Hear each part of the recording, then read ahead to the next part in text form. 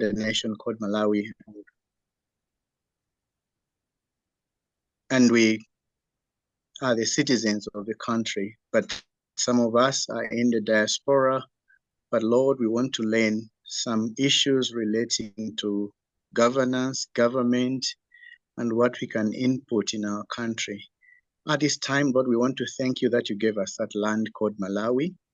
And we appreciate the resources that you've given us and the human capital that you've also given us. We pray at this time, Lord Father, as we start this program with a minister from our home country regarding the issues of tourism, the Lord Father, you will engage us and that you will lead us through with all the processes and the proceeds and the discussion that comes around this meeting. We want to thank you that you cohese us, Lord Father, that we can develop the country.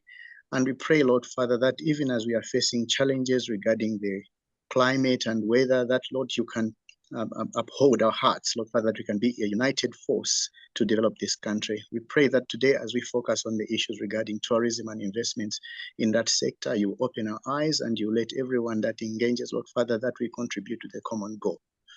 Be with us as we start in the name of Jesus. Amen. Amen. Thank you, Dr. Msusa. At this time, I'm going to invite Mr. Joseph Kawai to introduce the Honorable Minister. Mr. Kawai?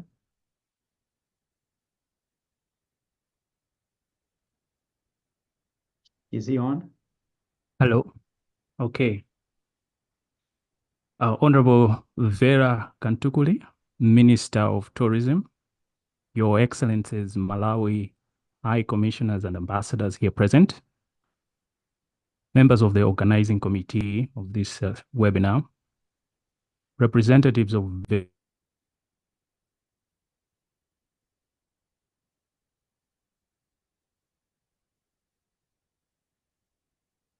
I think we lost you, Mr. Kawai. Either you've maybe muted yourself. Oh, sorry.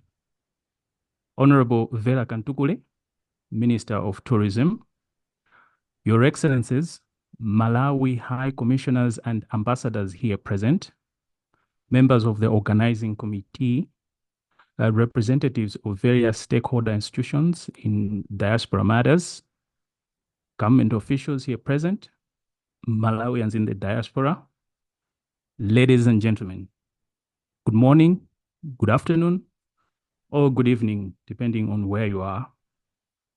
My name is John Kabaghe. I'm Deputy Director of Planning and Research in the Ministry of Foreign Affairs. I am also the Coordinator of Diaspora Affairs in the Ministry. I'm standing here on behalf of Ambassador Bernard Sande, Secretary for Foreign Affairs, who couldn't join the meeting due to other commitments. My duty this evening is to invite Honorable Kamtukule to speak to us, Malawians in the diaspora, on opportunities that are there in tourism, especially tourism investment. However, before I do that, may I just draw attention to like a background to what is happening today. As you are all aware, His Excellency Dr. Lazarus McCarthy Chakwera, in his State of the Nation address, outlined the agriculture, tourism, and mining strategy. And having done that, all the cabinet ministers have taken their cue and they are developing various strategies around that strategy. As you are all aware, I think a few weeks ago, we had the Honorable Sam Kawale, who talked about opportunities in agriculture sector. Today, we have Honorable Kamtukule, who talk about opportunities in tourism. Hopefully, soon, we are also going to get the Minister for Mining to also talk to you, members of the diaspora, on opportunities in mining. The issue being, cabinet ministers, the Malawi government, realizes that members of the diaspora have a very important role to play in whatever development that is happening in this country.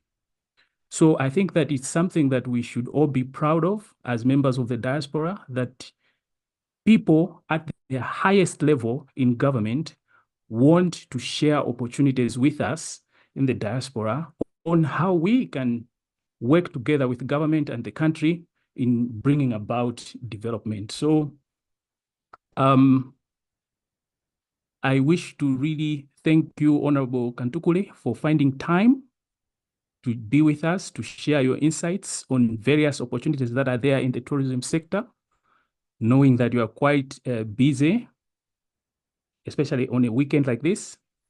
So we are really grateful. Without much ado, let me now invite Honorable Kamtukule to make her remarks. Thank you very much. No, thank you so much, Mr. Kawai. Can you hear me okay? Yes, Honorable. Okay, thank you so very much for having me. And I want to thank the organizers for organizing this thing. And like Mr. Kawai has said, I think we need to have this kind of interfaces with various ministers so that I think the people from the diaspora can hear from the government regarding what we are doing and what opportunities are here at home, how we are awaiting the challenges that we are having, but also the role that the diaspora people can play in terms of developing our country. So I think this is a very good initiative, and I would want to say that probably maybe we could be scheduling them maybe every month or so. You talk to a minister, or you can even combine 2 or 3 ministers depending on what issue you want to do. So I'm told my volume. Let me check. There, can you hear me there?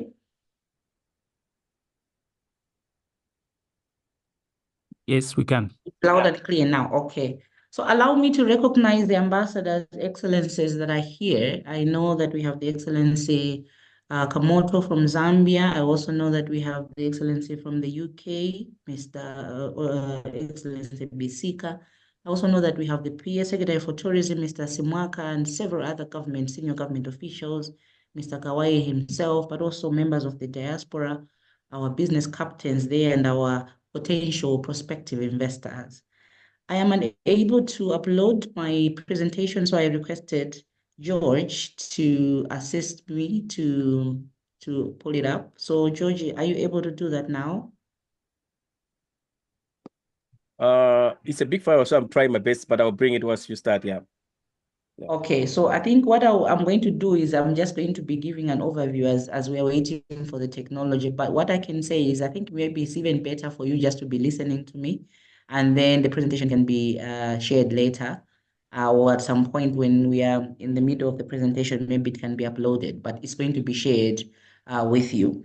So I just want to give it an overview regarding where we are or how we are thinking around issues of tourism development and all of that.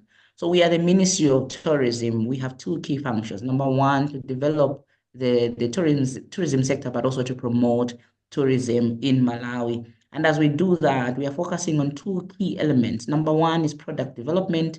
Number 2 is destination marketing. So when we're talking about destination marketing, is all those shenanigans that you see us do. We are on London taxis, we're advertising, visit Malawi, we are here, we are that, we're doing all of these things that we are doing in terms of marketing our country. And every opportune time that we have been given, where we stand on any podium across the world, whether it's within the country or across the world, we use that opportunity to sell Malawi, the home of everything. Okay, so we just don't sell Malawi, the home of Lake Malawi. It's about Malawi, the home of everything, you know. So Malawi, the home of Malawi gin, Malawi, the home of Nali sauce, Malawi, the home of Chombe tea and all of that, which is why it is very integral that the private sector and government should join hands in terms of promoting tourism. As a matter of fact, ourselves from the Ministry of Tourism, we are saying all of us, the 20 million of us, are tourism officers. The responsibility to sell our country as far as tourism is concerned does not lie on the Ministry of Tourism alone. Yesterday, I was delivering a public lecture in Blantyre, and I think I've shared this with the organizers. I think the link, you can also access it and you can also learn. So I think that was a little bit holistic and more comprehensive than what I'm going to say now. But also, I think I wanted to just give you an overview regarding why tourism. Why is it that the government decided to go into tourism? And a question came yesterday at the lecture. They said, why is it that Zambia or Zimbabwe or Tanzania are doing much, much better than us? But I think for me, the response there is, until now, we really didn't look at tourism the way we're supposed to look at it. There hasn't been any investment. As a matter of fact, we were more progressive in the 60s as far as investments in the tourism sector were concerned than we are now. Can you imagine, even at this moment where we stand now, we're still using the 1968 Tourism Act. Can you imagine? So how do you ensure that do you expect to develop a sector using a law that is that archaic? So those are some of the challenges that we have been facing in terms of legislation, in terms of institutional arrangements and all of that. Now, so the government then was saying, okay, what is it that we have as a country, our natural endowments, that we can use to trade with other countries? Because the challenges that we're facing in our country, you are all aware of these challenges. They are in threefold. Number one, we are reeling in debt. That is not a secret anymore. We have a huge debt as a country, both domestically and internationally. Number two, we have a very, very narrow fiscal space. And number three, we have a problem with Forex. And the problem with Forex is coming in because we are not producing at all.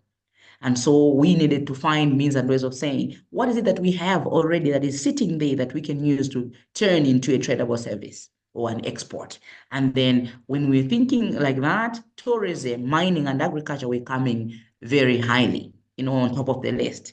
But tourism for us now becomes the lead time that you require to now start harvesting the proceeds is very narrow compared to agriculture and mining. Because for mining, when you invest now, you start the return on investment will be seen maybe in the next 7 to 10 years. Agriculture, you need about at least 4 or 5 months for you to start getting your returns. But in terms of tourism, it's you get up and go.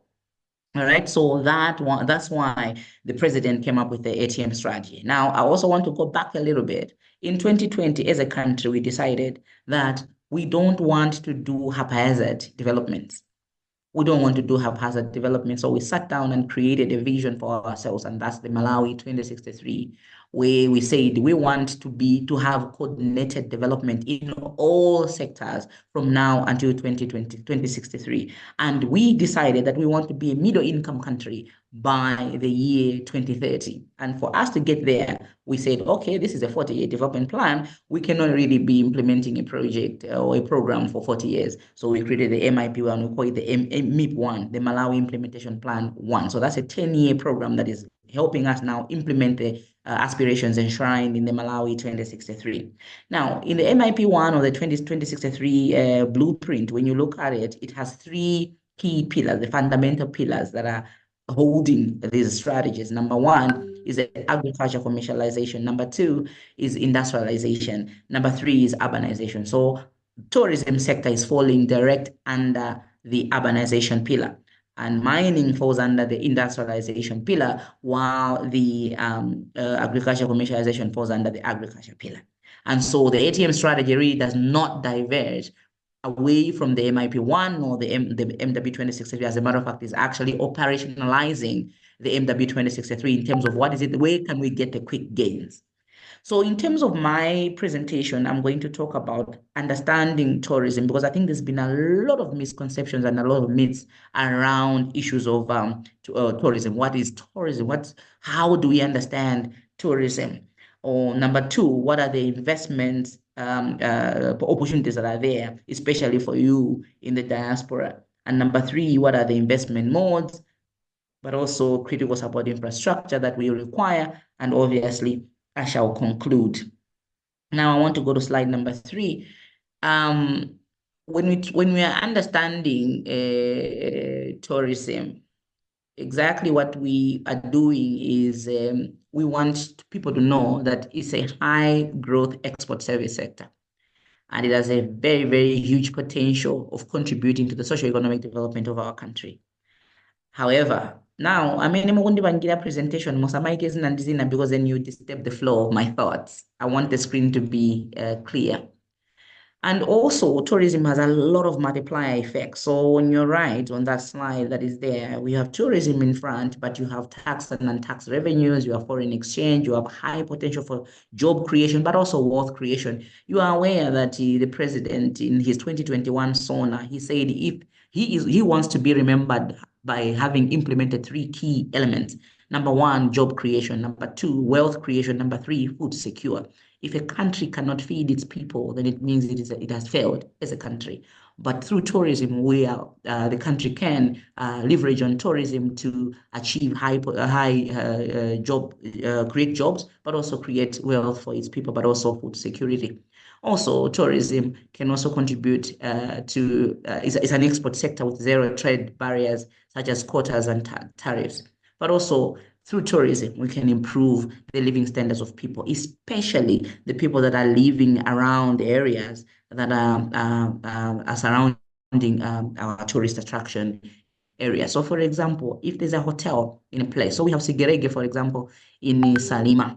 So we have that Sigerege in Salima. Why should the people that are running Sigerege be moving away all the way from Salima to Lilongwe to go and get their vegetables? Why can't they empower the women that are around Sigerege village or Sigerege area to be growing vegetables from where they can be buying, something that are chickens and all that? So there should be something that people can see positively within their lives because a hotel exists, or because they are close to a national park or something. People should be looking at an elephant not as chinyama, but as a thing of beauty. And they should be saying to themselves to say, without this animal, without this elephant, my child shouldn't be going to school. If it were not for this elephant, then I couldn't have been well because I went to that hospital and they were able to give me medication because this elephant exists. Those are some of the things that we want to be seeing when we are promoting tourism. But also there's a lot of promotion of inclusive involvement of local communities, like I've already said, especially the vulnerable groups, and this would be children or people that have various forms of disabilities, but also women in terms of employment, but also just about engagement. Now, slide number 4. So we need to now look at the issue of why should you guys that are not in Malawi at the moment invest or be interested in tourism or in the tourism sector.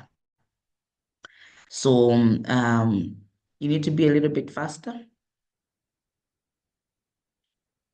So why tourism? I'm going to articulate these 2 key functions. It has to be slide number 5.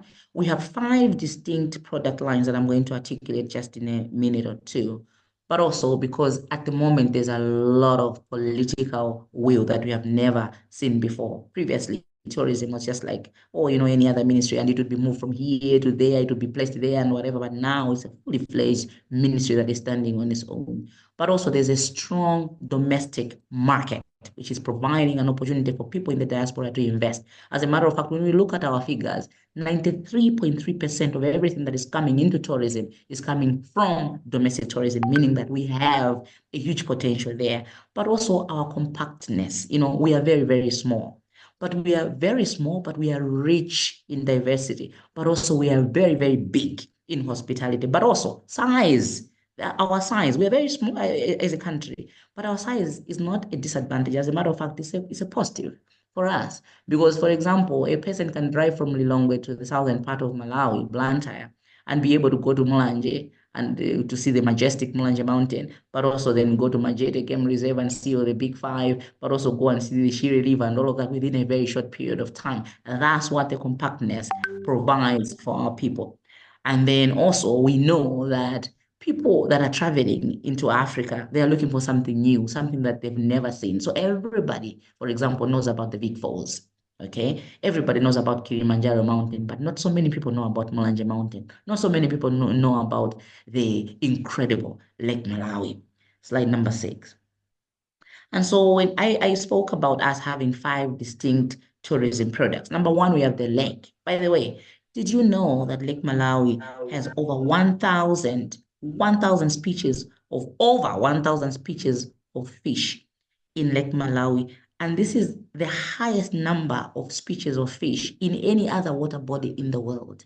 And Lake Malawi National Park, is the only place in the world that provides the safest place to do snorkeling in the world.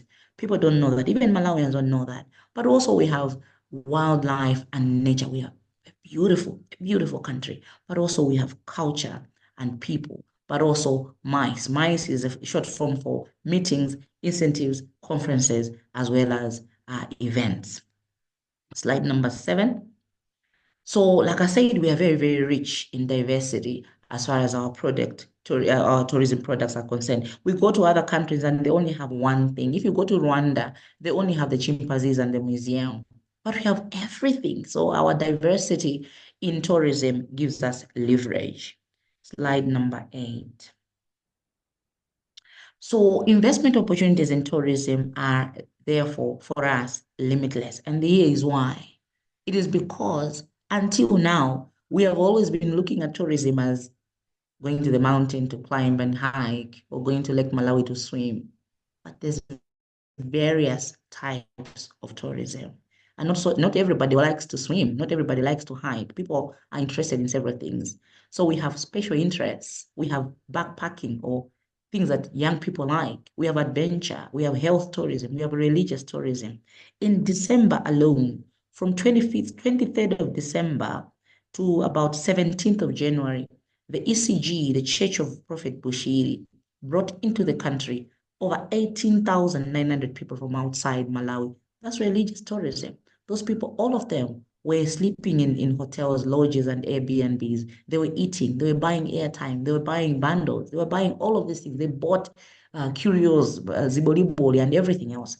That's religious tourism. But there's also education tourism. I went to Bunda 2 months ago. I took girls from Lilongwe Girls Secondary School there for a motivational journey.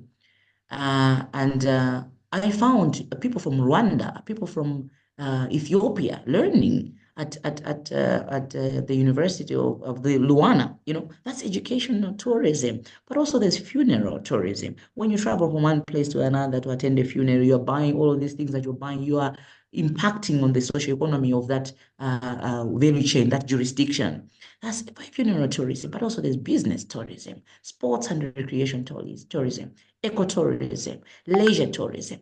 There's various types of tourism that remain unexploited, and this is what we're trying to interest you on. Slide number 9. So, having said that, you need to understand the economic characteristics of tourism in Malawi. Where is the big money? Okay, so according to our numbers, we are having visitors into our country, but also we're having people that are coming into our country for employment. Okay, and all of this is contributing towards the GDP of our country. Sorry, I'm having an irritated throat. So I was talking about our need for us to understand the characteristics of the people that are coming into our country. So I was saying that even though we have a lot of people that are coming into Malawi that are coming in for business, but they're not big spenders. The people that are coming here for leisure or for holiday, even though they are few in number, they are the ones that are spending a lot of money. So we need to find means and ways of attracting more people that are coming into our country for leisure and adventure and holiday, and then get them to spend more. That's another area that needs a lot of investments, because if you go to Livingstonia Beach, for example, I like using this because it's partly government owned, so I think I can get away with it. There's not so many activities, but we're trying to change that. When somebody goes there, you need to spend a lot of money because there's a lot of activities, you know. But when you go there, because of the limited number of activities that are there, you just go there, you sleep, and then you wake up, go have breakfast, and then you come back and all of that. So you need to understand to say, what are the various characteristics of the people? People, what are they looking at? What are they looking for when they're coming into our country? When you zero in on those things, then you're going to have a guide in terms of what exactly, what kind of activities you need to introduce, or what kind of facilities or infrastructure you need to develop within a particular place.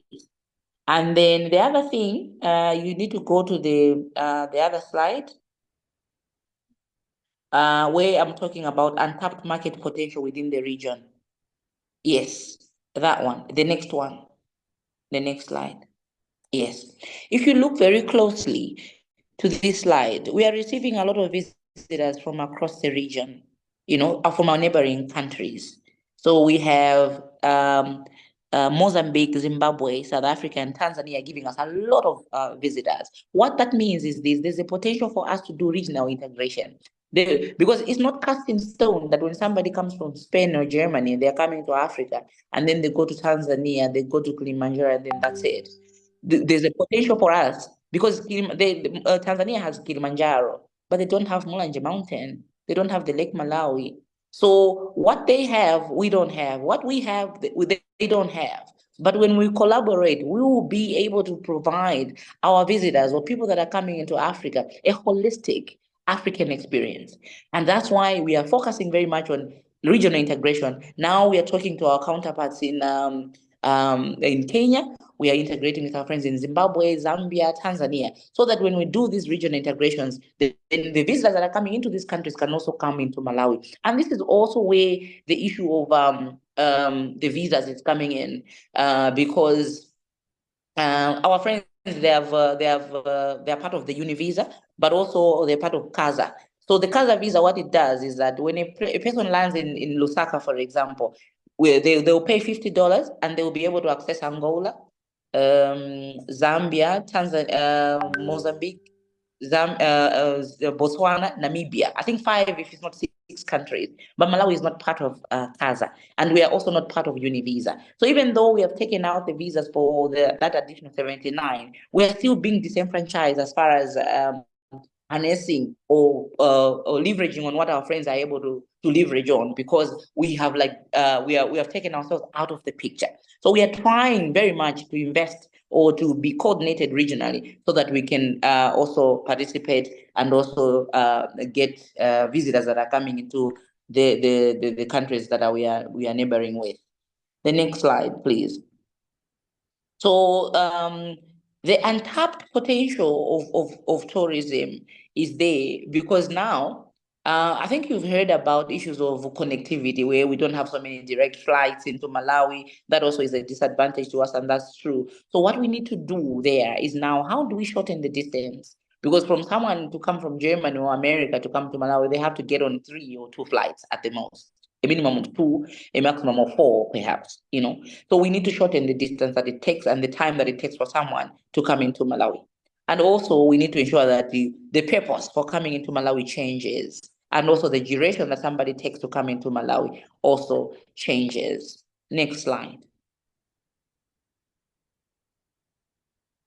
The other one. So this slide is just showing you about where we are coming from the time we had COVID to the post-COVID era, and what we have managed to leverage from tourism. So when we, the previous slide, please. Yeah. The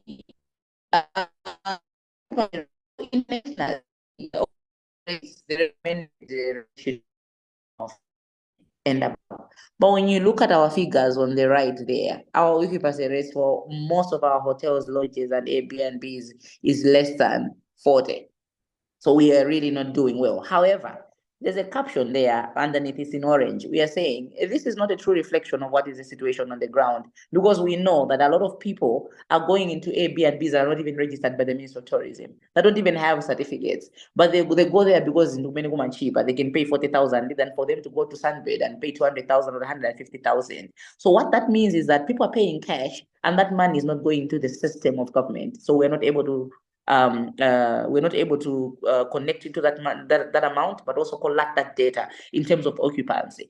But also, we have heard a lot of complaints, people telling us that I went to that lodge, they told me not to pay by card or by check. They told me to pay cash. Because so we know that if people are paying cash and they're not using their cards, or they're not using checks and all of that, we know that then that is not registered. So what that means is that the government is unable to collect the taxes that they should have collected because they are reporting wrongly. So they will tell us that in this month or in this quarter, this is what tourism levy, when in actual fact it's like they are reporting 30% of what they're supposed to be reporting on. So for us, we do believe that those figures in terms of occupancy rate is underrated and is not a true reflection of the situation on the ground. Next slide.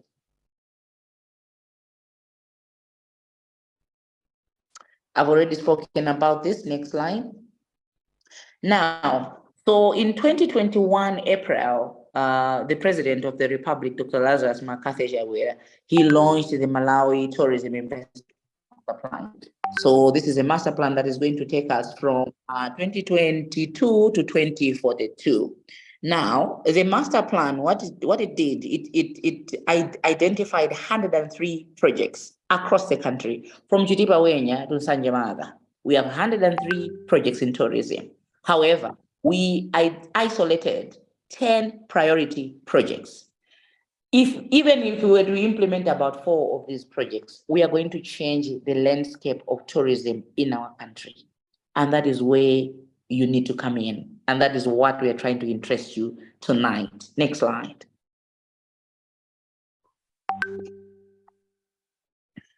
So the master plan, it dissected the country into 10 tourism nodes, and then from the nodes, we have 103 projects, like I've already said, and then the 10 priority areas.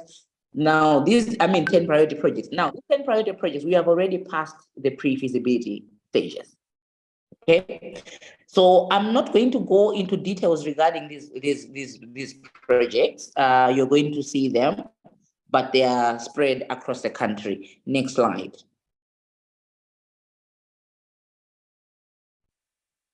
The next one.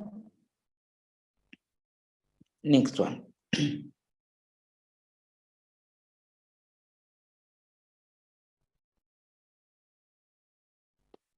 Yeah. So, no, the previous one, please. Yes. We need close to 780 billion for us to implement those 10 priority areas. But specifically for the Ministry of Tourism, we need to have about 3 billion every year to be able to create an enabling environment through which the private sector or the people in the diaspora can come and engage in these projects. What we mean is that normally when we're talking about investments of any kind, when it does something to do with infrastructure or whatever, the issue of land, access to land comes into play, where everybody says, I want to develop this Mahowe, so I mean, the land is very expensive.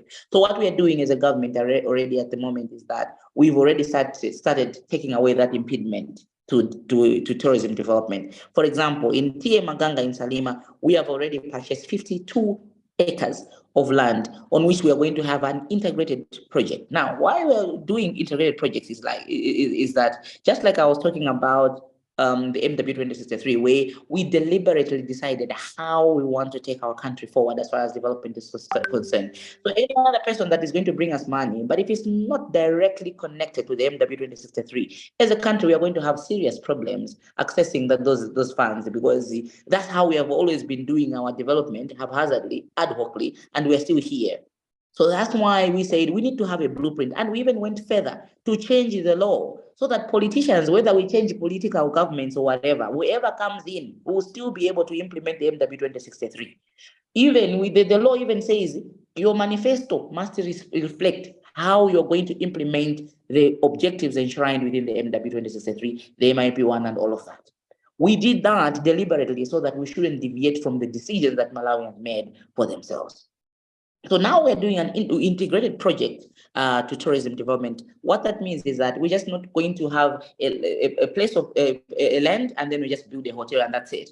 We want to have integrated or interconnected programs or projects. So we have a hotel, we're going to have a casino there, we are going to have a golf course, we are going to have housing estates, we're going to have all these things coordinated or integrated within one place. Can you imagine? If we were to fix the airdrome in Salima, we're going to land planes, people coming in from Big Falls, these rich people coming in from Big Falls, just to land in Salima, just to play golf. We are looking for a time when that is going to be a reality in our country. Next slide.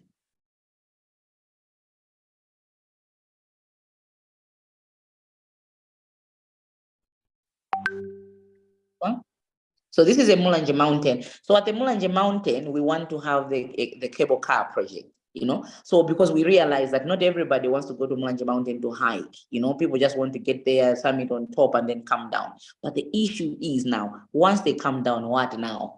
You know, we don't have very good restaurants there. We don't have camping sites. We don't have, you know, places where you can learn the history of the mountain, or those stories that we hear from that, Afula and all of that. But that's an area of investment as well. And then we have the ecotourism and protected areas management investment strategy that is now also talking about how do we develop our ecotourism, how we can have a lot of investment in our protected areas where you can go to Kasungu National Park and spend a week there. But we don't have accommodation. We don't have a very good restaurant there. What are you going to eat unless if you're cooking for yourselves? So we need to have those kind of infrastructure, and we are ready to support you in terms of those kind of investments. Next one.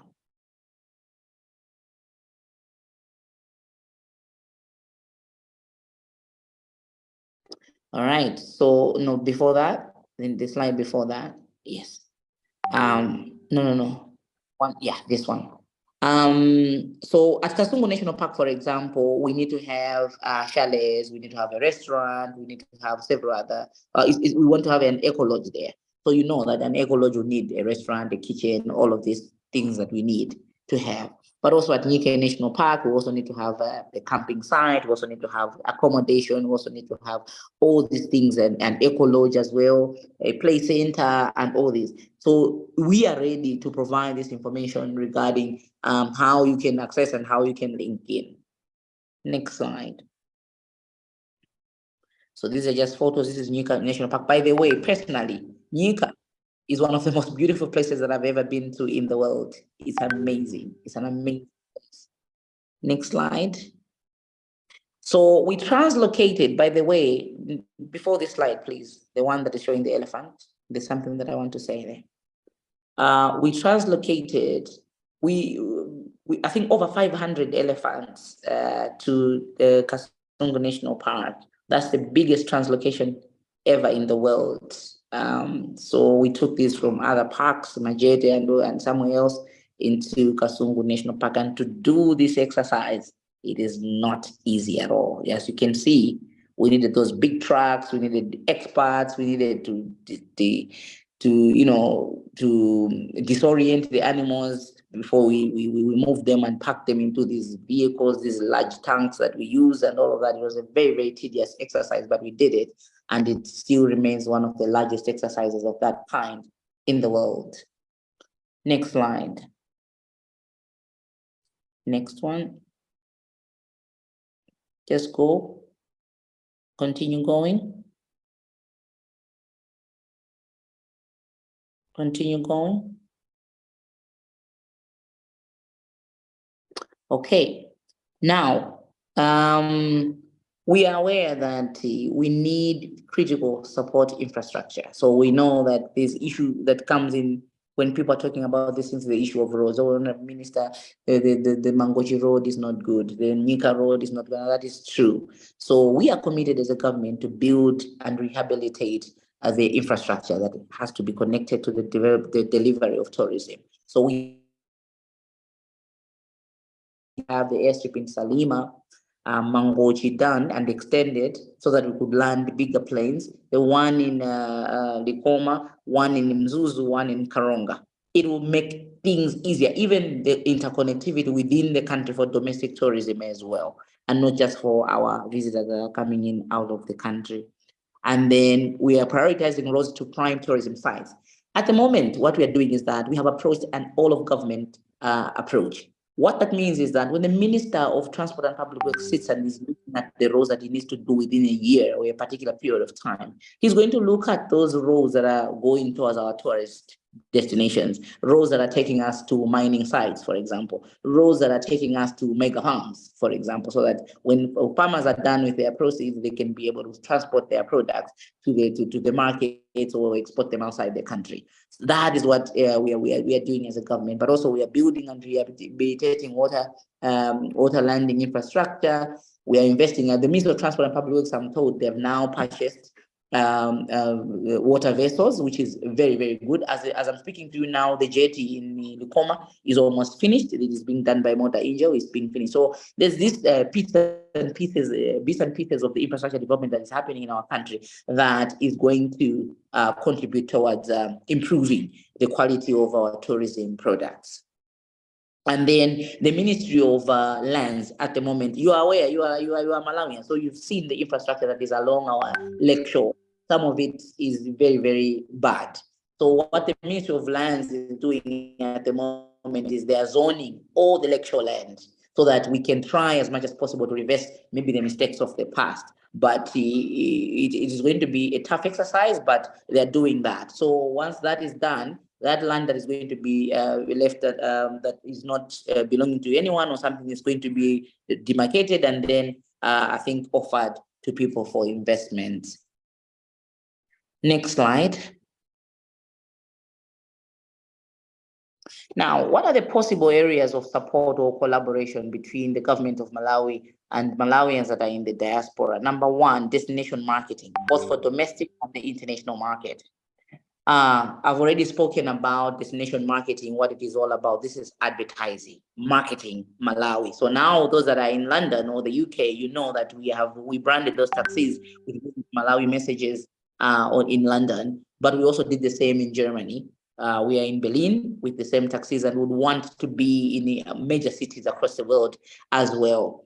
And then we are also securing, like I said, and zoning land for national tourism development. So what that means is that, excuse me, if you are ready with your investment, you can now come in. Even tomorrow, we can start constructing whatever it is that you want to construct in Salima. However, what it does, we have the investment master plan. The investment master plan is providing us with minimum requirements. You cannot go below the requirements that we have listed down in the investment master plan, but you can always go up. So for example, if in our investment master plan, we're saying that we're going to build a hotel that is ground plus 7, and you have investment that can take you to ground plus 15, by all means, you can do that, but you cannot build a ground plus 2 hotel when we have made ground plus 7 as our minimum requirement. And then we are also big on community ecotourism development initiatives and also digital tourism management information system. At a click of a button, we need to move with technology, as you are aware. So at a click of a button, we should be able to see, okay, in this month or in this quarter, how many people came into Malawi and how much did they spend? We need to be zero in exactly regarding our contribution towards the GDP. Because at the moment, according to statistics from 2019-2020, we know that tourism contributed about 6.7% to the GDP. But what that contribution to the GDP did not take into account the various multiplier effects that come as a result of tourism, but also the entire value chain. So from the time a person lands at the airport, they've hired a taxi, they're going into a hotel, they're buying food, they're buying airtime, they're buying ziboliboli, they're buying all of these things, they are impacting on our economy. There is no system that is available to collect that data and know that this person alone was able to spend so much within the economy. So we may be contributing even 10 or 12% to the GDP, but we don't know why, because we don't have a correct system at the moment that is collecting that data. Next slide. Now, there are several incentives that we have at the moment, and a very important question came yesterday as I did the public lecture in Blantyre. They were asking us to say, when you're talking about incentives, you're just talking about those that are constructing hotels and all of that. What about us that are tour operators, that are tour guides? You know, we bring in people and then we arrange these tours within the country, these safaris, and we want to buy safari vehicles or buses or whatever, and the government is not giving us incentives, or they're not giving us tax incentives. Why are you just giving it to those that are building? And we are engaging with the Ministry of Finance and the Malawi Revenue Authority in terms of now engaging everyone. You can imagine, according to our tax incentives as they stand at the moment, if you are a Malawian and you're constructing a lodge that has a minimum of 20 rooms, you are going to be given tax-free in terms of all your imports, all your building materials, all your operating equipment and all that. If you're a non-Malawian, then that investment has to be 50 plus rooms. But also there have been questions to say, what about those that are constructing eco-lodges? Because you cannot have an eco-lodge that has 20 rooms, for example. But also, should it be about the number of rooms or the amount of the investment? Because kuliko kumanga 20 rooms kumati maroom take tonyasa tokatokanga tuli ku rest house. Pamene muntu akoza kumanga a very good 5-star hotel with just 7-10 rooms, but they are not going to access that facility, that incentive, because their rooms are not 20 rooms in number. So those are some of the things that we are engaging with our counterparts in the Ministry of Finance, but also in the Malawi Revenue Authority, but also to ensure that we are not leaving anyone behind, especially our role of handholding those SMEs that are within the sector. Next slide. So we have those opportunities for partnerships. So they can be solicited or unsolicited, but also we can put up expression of interest, but also legally we will be required to do PPPC, especially on the land that we would have bought. So for example, the TA Maganga land that I was talking about, that we own 52 acres. If you want to come in to invest on that land, it means we'll have to come up with maybe a special purpose vehicle that PPPC is going to help us create. But also we can partner with financial institutions, especially on access to financing. At the moment, we have signed an agreement with the Centenary Bank that is very, very much big and very much keen to invest, to support people in the diaspora, but also in Malawi, or in terms of investments in tourism. But also with ourselves as Ministry of Tourism. And also at the moment, we're engaging with FDH Bank on a similar, especially on how we can engage with the diaspora. So FDH Bank is very, very much willing to create specific products to suit your needs. Because one of the issues that was coming in was to say, you know, when we send our money through the banks, we are duped. You know, I would rather send my money through somebody else and then change the money at the black market because they give a better rate. Why would I want to send my money through the bank and then they deduct all these taxes and all of that, and then at the end of the day, my people at home, they're able to get very, very little from the money. So you're taking away 25, 30% from my money when I could have gotten a maximum exchange if I had done so at the black market. So we have been speaking to FDH Bank, even Centenary Bank. So FDH Bank is very, very keen. As a matter of fact, the next meeting that we are going to engage in between ourselves and the diaspora is going to be between ourselves and the FDH Bank, at which they're going to listen to you, so that when you listen to them, tell them everything that you require, then they will create specific products to suit your needs. Next slide. I'm about to finish. Next one. All right. So I've already spoken about this. So for me, it's about where exactly can you invest? So you can invest in terms of financing a project, for example, or even coming in to say, we're just going to design this project, or even constructing, you know, and then also operating an entity, but also maintaining an entity. Now, having said that, the government is not going to relinquish its role. It still has to provide the infrastructure that has to be provided. So you're talking about access to electricity, water, roads, and all of that. That will still remain the responsibility of the government of Malawi. Next slide.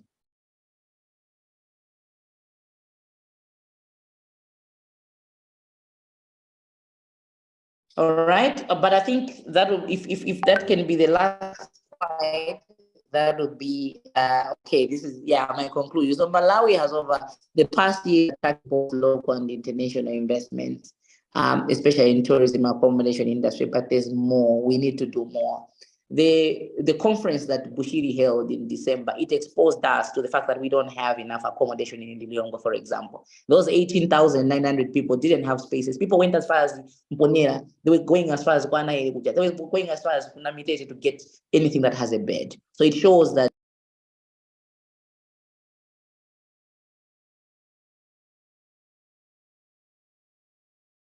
Sorry, you are muted, Honorable Minister. You're on mute. Okay. So this is why we are saying, come back home, invest in the tourism sector, and see your country grow. If Malawi prospers, all of us will benefit. I thank you so much, and I do sincerely apologize for the interconnection issues that I was having. And I'll now request that you can now ask me questions through the moderator. Thank you.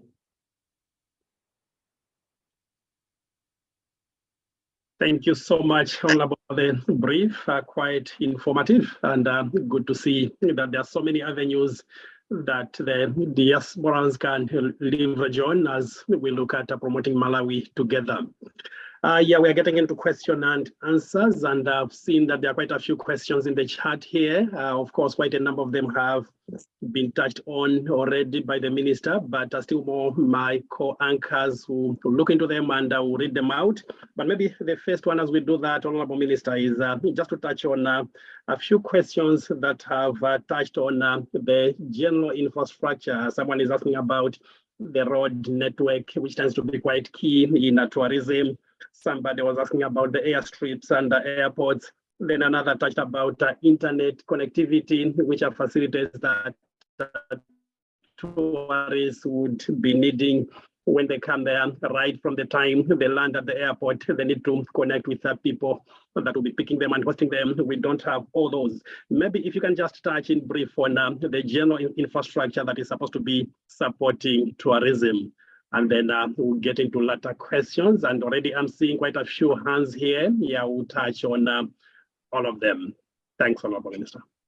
No, thank you so much. Like I said, we are implementing a whole of government business as far as tourism is concerned. So what we are doing is that even though we are the beneficiary, so if we have a very, very good connectivity system, we have a very good road network, we have direct flights into Malawi, we have all of these infrastructure that have been developed in our country, tourism benefits. However, when you look at policy, we are not the policy holders as far as those are concerned. That's why the whole of government business approach is the way to go, where we are coming together to say, Minister of Finance or Minister of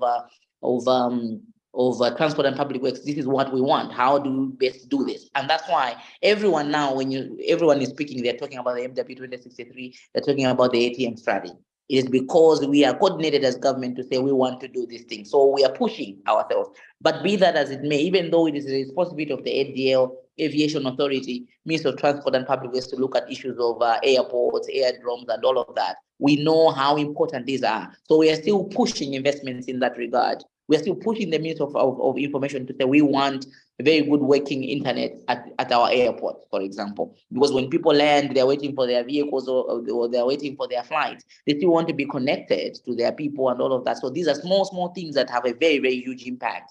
Somebody was telling us yesterday that at Kilimanjaro, including at the highest point possible at Kilimanjaro, there's internet connectivity there. Because they do realize why it is important for people to be connected. They can be, you can have an accident there on that mountain, but if you are connected, you'll be able to get help very, very fast. But I don't think we have internet connectivity at Mpinganjira Mountain or on Mpinganjira Mountain, for example. So we need to ensure that we are having these things. So what I can say there is that we are coordinated with our other line ministries to ensure that we are providing this infrastructure that is very, very critical. The president said, excuse me, and I wish I read verbatim when he was delivering his SONA. He said, if we have decided that we are going to build our economy, or that at the center of our structural transformation is the issue of agriculture, tourism, and mining, then all of our resources must be geared towards delivering those issues, those sectors. And that's exactly what we are doing at the moment. And I'm happy to say that in this budget, the 2024-2025 budget, our budget as a Minister of Tourism has increased by 58%.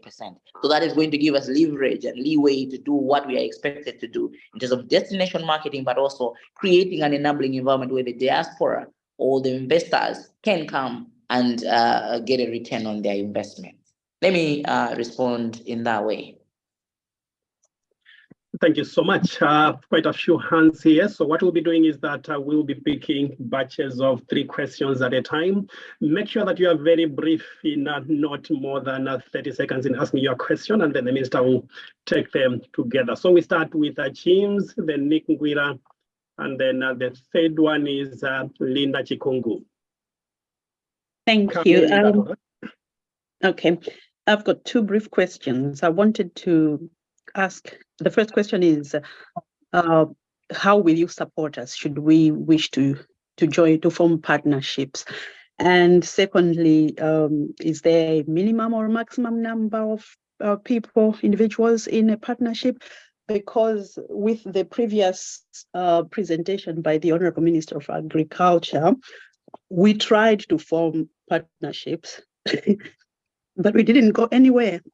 excuse me, because people thought that there was no guidance at all. So, and we were not many, because I remember he said we have to be many in the partnership. And it was difficult to form partnerships with people we don't know, because we are here and they are in Malawi. So it was difficult. So what guidance are we going to receive in order to achieve what we would like to do? But thank you for the great presentation. I am interested in forming a partnership. And then I can take the other question before I respond to this. Nick? Yes, good evening, Your Honor. First of all, I'd like to congratulate you for a well-outlined plan for Malawi. I have two questions. The first one, all these questions are directly related to me. I am a Malawian living in Belgium. I have invested in the northern part. I'm building a hotel. I've invested in Africa right now more than 150 million. I have built one of the biggest swimming pools in the northern region. I'm planning to build about 40 rooms, but everything has stopped because of electricity. I am located at a place which is 1.8 kilometers away from the main road. It's between Nzuzu and Kwendeni. I approached Waterboard and the ESCOM. Waterboard came swiftly within a week. Water was connected. I went to ESCOM. ESCOM told me that if you want us to come and connect, that area is not economically viable for us. Therefore, you have to pay 40 million plus. I'm a young man in my 30s. I would not want to spend 40 million in investing for energy that the government should do for me in order to help me invest. I ended up trying. I wanted to meet actually the minister, but I was blocked as it is in Malawi. I didn't have the opportunity to meet you. But now my worry is, we are people here. I even have people, stakeholders, who are interested in my project because it's an eco kind of project. They are willing to come in, but every time you tell them that I cannot have access to electricity, people back off. As I'm speaking right now, if we would send people from the ministry, they would go into my yard, they will find materials piling up because we are failing to proceed to build those things because there is a level of uncertainty from ESCOM. People might be wondering to ask, how come you are investing a lot of money, but you don't want to spend this money with electricity? The little thing, the basic things I would want our government to do is to encourage us. Water, electricity, give us without conditions. In my opinion, from what I've learned when I've stayed here, Mr. Nick, can you raise your question? The government should rush to help us on that. Now, my question is, where are we with the stakeholders like ESCOM? How best can they help us without giving us hindrances in order for us to invest well? Yeah, I think it's clear. It's clear we've gotten it. Yeah, we move on to Linda, then the minister will take these three questions. Okay, hello. Yeah, so anyway, yeah, my name is Lana Chikungu. I'm in Portsmouth. So basically, I'm also involved with a small level of investment, tourism investment, not as big as the previous speaker, but I'm meeting a hurdle. The hurdle that I'm meeting is because I'm British and I'm now transforming to become dual citizen, you know, and I have to do that for me to properly register business. And it's important for me to do that because I can't remit tax, you know. So basically, as a good citizen, I'm interested in remitting tax to Malawi government, but I can't do that because I need to have a proper ID, and I can only have a proper ID if I have dual citizenship. So I started the application process of the dual citizenship like 2 years ago. But that is stuck now with the new minister. Somehow, I don't know what he's doing. He's just holding on to the applications. He's stuck on his desk for, I don't know for how many months. So basically, what I'm saying is we are interested in giving money to Malawi government, but that can't happen if the process of dual citizenship is not happening. Yeah, so that's something that maybe you could help us with. Thank you.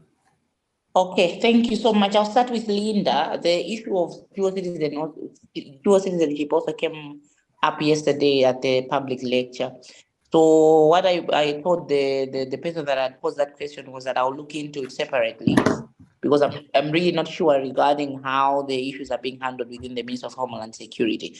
But allow me, Linda, maybe after this call, we could link so that I can get your details and I can pass them on to the minister or the PS within the ministry. Then they can handle it maybe as a special case. But I really applaud your patriotism regarding your need to invest in our country. So let me handle that through our counterparts within the Ministry of Homeland Security, because you are aware that we are not an authority in that regard. Nick, how best can ESCOM help us? Also, again, I would like to, because then that has something to do with my domain. I want your facility to be up and running. I want it to have water. I want it to have electricity. But I've seen a comment there. They're saying, why can't we invest in renewable energy also? So we shouldn't just be relying on our connectivity to the grid.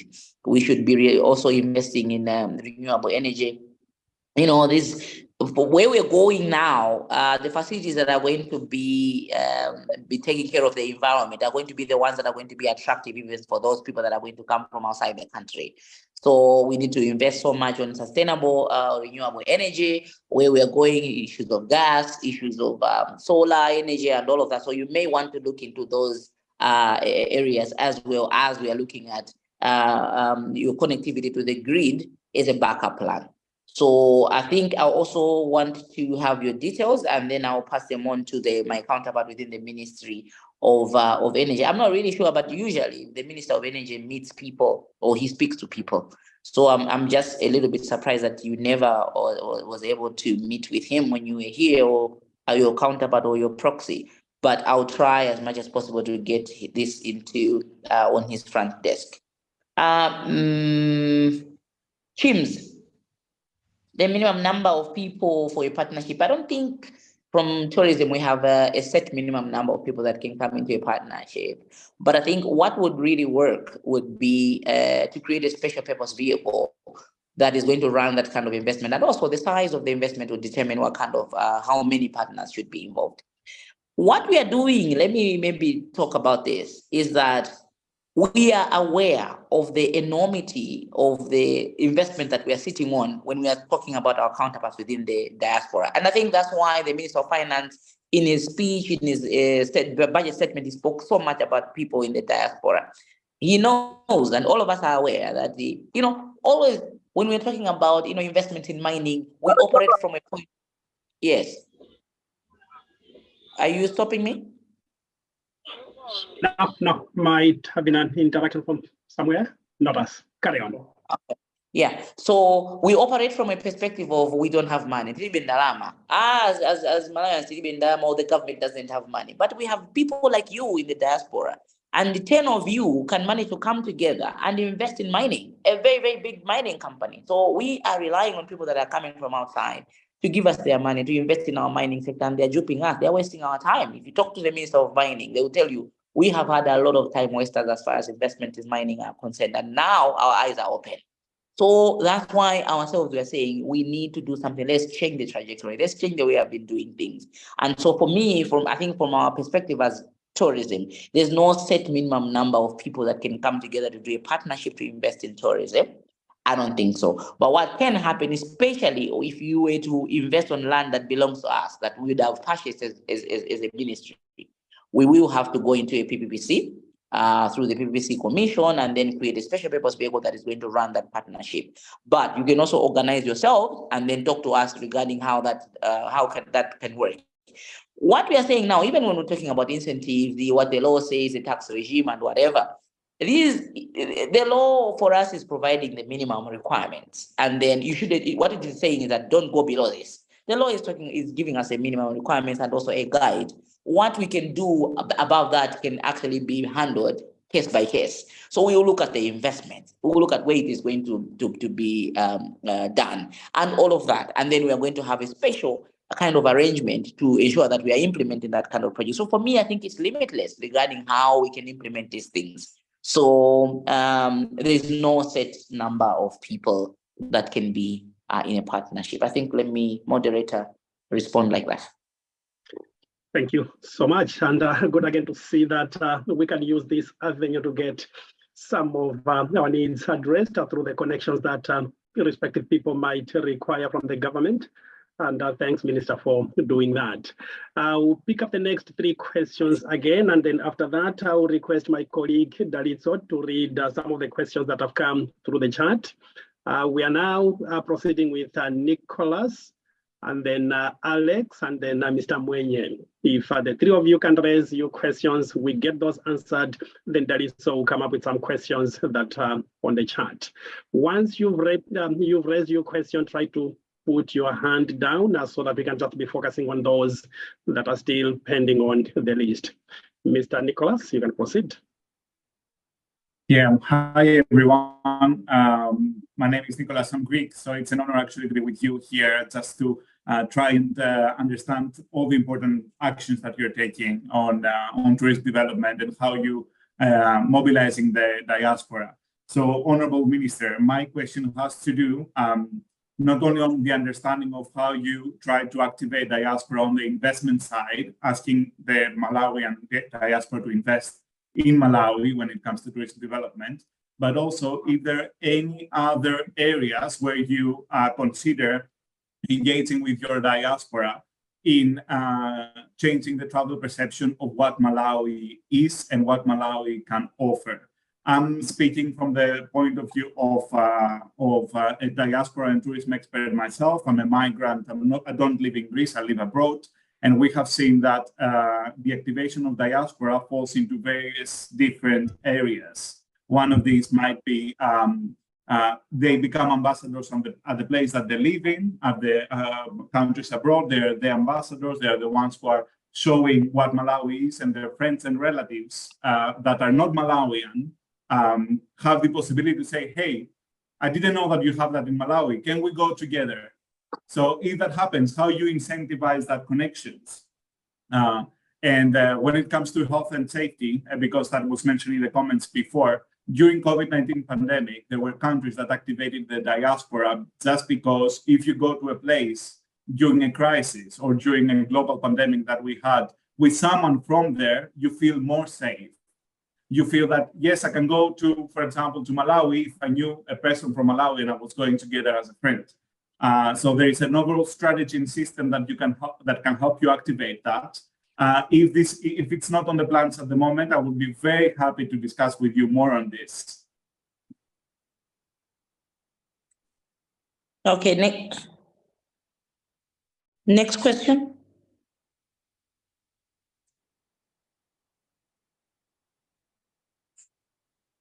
Alex or Mwenye, if one of you is ready, can step in. Is Alex ready? Okay, again, go ahead. This is what. All right. Oh, okay. So it's not easy to just start a business from the scratch. That's why we see a lot of people start their businesses, especially we're talking about restaurants and lodges. The first 3 years are good, and later on you see them going bust. They need to be recapitalized. Do you have a hub where you have all these small businesses? Because your government working with individuals like us. Do you have a hub where all these people that are registered with the Department of Tourism, where we can find out who is not doing well, they're struggling, they need recapitalization, so that instead of us going to Malawi and start a new business, we can recapitalize these and become partners? Do you have that kind of a hub? Or can you start a hub like that? And secondly, the area around Cape Maclear, who actually owns that? Is that a cultural land? Because we see a lot of almost like a village setup. So if you get a piece of land there, like we did manage to get a piece of land there, but when I want to bring in my partners to try and develop, there's so much noise, drinking kachasu nearby, there's loud music, soon after Annie's Lodge there, as you go towards down, there's a baobab tree on your right, on your left. All that area, there's kachasu and music and loud, it's like, I don't know how to describe it. Who owns that land? And what are the chances of the government coming, regulating the area and making sure that if I build my small thing there, I would be able to come during holidays, or send my friends there to come and enjoy themselves without having to listen to the loud music next door. That's all for me. All right. Next. That's Washington. Yeah, I hope you can hear me, right?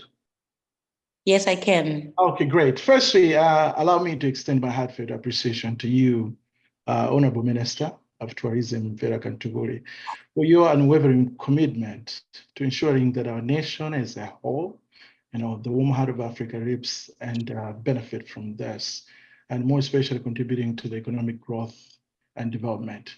And personally, I'd like to applaud you for the efforts that you're making in this regard. Just your dedication is commendable. And I must add, you are among the few cabinet ministers who consistently delivers and perform at merit. So thank you so much, Vera. Honorable Minister, I also have to say thank you for, providing such a comprehensive insight into the opportunities available for people like us in the diaspora. And it is truly enlightening. I know some people have learned a lot out of this. My question, though, is while the focus appears to be on the highlighting the various opportunities within the tourism sector, have we also undertaken a thorough examination just to identify the barriers preventing interested investors or individuals, both local and foreign, from capitalizing on these opportunities? Furthermore, and if that's the case, what measures are being taken to address these obstacles? My approach, prioritizes addressing the root causes first, particularly concerning legal frameworks. You talk of policy formulation and the incentives that we heard yesterday during the event you hosted. Just aiming at fostering tangible results and attracting those people that we need, right? So those are the two questions that I have for you. Thank you. No, thank you so much. Let me address those three first. And I do apologize for those people that are writing their questions. I would want the help from the moderators to articulate them, because if I go to be reading the questions, I will not focus on the person that is asking me questions. So I would like to do one thing to focus on that thing, and then allow the moderators to bring them out in the floor, and then I can respond to them later. So I would like to start with a question from Mr. Mwenye. So thank you so much for the compliments that you have given me. I'm very, very humble. Thank you so very much. By the way, Mr. Mwenye and I go back a long time, so I know him. And when he was on the radio, I would call him and just fire him with some questions, especially when he made a mistake. So I think now he's doing the same thing. When I make a mistake, he goes full throttle against me on social media. So thank you very much for putting me on the spot. But I do appreciate your feedback. It's very highly appreciated. But the issues that you have raised, yes, have you taken a look at strategically at the issues that impede on progress, or that would now bar the investors both locally and internationally that would want to invest in the tourism sector? Yes, we have done that. As a matter of fact, if you look at the investment master plan, it gives you a background and tries to address some of those issues. And when I was talking about the 52-acre acquisition of land in T.A. Maganga, that's our way of ensuring that we are removing some of these barriers, because people are coming into our country and they're saying, and even I think when Alex was talking about this land, the issue of land becomes a contentious issue when we're talking about investments, especially infrastructure development, when we come to tourism sector. So we have a holistic overview regarding what are the drawbacks, the impediments to investments. And we have, people have spoken to us about our tax regime that is so punitive, especially for locals, and all of that. The regulatory framework or institutional arrangement, the issue of skills, for example. Do we have the prerequisite skills that we need as a country, both at a lower and the higher level, to deliver on a holistic, warm-hearted tourism package? And the answer is yes, we do, but we can do better. We need to have skills. So from the time a person lands at Kirega Airport, the person, when they get into a taxi, even that taxi person should be able to articulate the various products that we have, those 5 diversified products that we have in tourism. A person should be able to articulate those things. A vendor should be able to articulate those things. A policeman should be able to articulate those things, and all of that. So we know that we have a myriad of challenges that are there, and we are trying to address each one of them one by one. But we also know that the bulk of those challenges, they're not the responsibility of the Ministry of Tourism alone. So we are addressing them in line with the Ministry of Finance, the Ministry of Transport and Public Works, and the various other MDAs that we have at our disposal as a government, because it's one government. So we have access to all of these institutions. So we are working very closely in terms of policy, the incentives, the regulatory framework. I think yesterday, and I think today also, I also mentioned that the act that was in place at the moment was a very archaic act, and we have just reviewed it, and we are also developing regulations to go along with that new law. So yeah, we have a holistic understanding of the challenges that will impede on growth, or also the investments from investors, but also in Malawi. Let me respond by saying that. And to Alex now, this is very funny. He was talking about the area in Cape Macleay. I don't want to be listening. Why wouldn't you want to listen to music? When people get drunk, they sing very well and dance very well. But I think I get what you're saying. I think the bulk of the land that is around Lake Malawi or Cape Macleay, that belongs to the government, but also we know that it is privately owned. There are a lot of banks and other institutions that have cottages around that area. But most of it also belongs to the government. And that's where one of the projects that we're going to have is the Golden Funds within the investment master plan. It is going to be housed at the Lake Malawi, a national park around that area. So also just to mention that when you are talking, remember I spoke about the issue of zoning, that the Ministry of Lands is now zoning all the lakeshore land from the north down to the south. You may want to check with the government regarding the ownership of the land, especially the land that is along the lake shore, because you may buy land that already belongs to the government or that belongs to another person. And then, like I said, the land is a contentious issue. Then there comes in, even people kill each other because of 1 square meter of land. There was a fight in Bayani, I think a couple of years ago. People killed each other because somebody anamanga toilet yake 500 half a meter away into another person's land, and people fought, and one person died. So land is a very, very contentious, and it must be handled sensitively. So you may also want to be engaging with the government, especially the Ministry of Land, regarding who owns land, because we are very much aware that people sell land 7 times to seven different types of people. So, but in terms of now infrastructure development, that's why when before you even start constructing your project, you need to come to us. We will provide you with a certificate. We'll go and do the surveys, we'll do the inspections and all of that. We even provide the minimum requirements, even for sizes of your rooms. And that is deliberate. And the law was very clear on that one, because it's not everything that can be constructed everywhere. So when you construct everything everywhere, and when you face problems, the government becomes a little bit, it becomes difficult for the government to come and intervene. So if you're going to build your hotel near to the place where government cannot move people away, then you must have to just deal with it, because your project found the people living there, and you can't buy them off. Or now this logic say, no, you move because we are building a hotel here.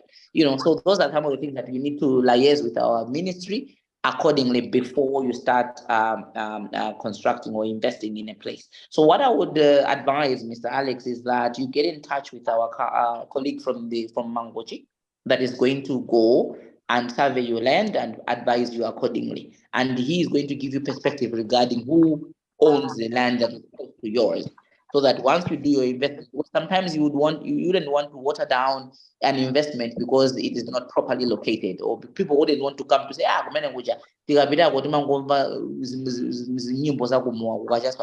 you don't sleep properly. So I wouldn't want to go there. And then you would invest so much money and then not get your return on investments because you constructed a project. So we wouldn't want to do that.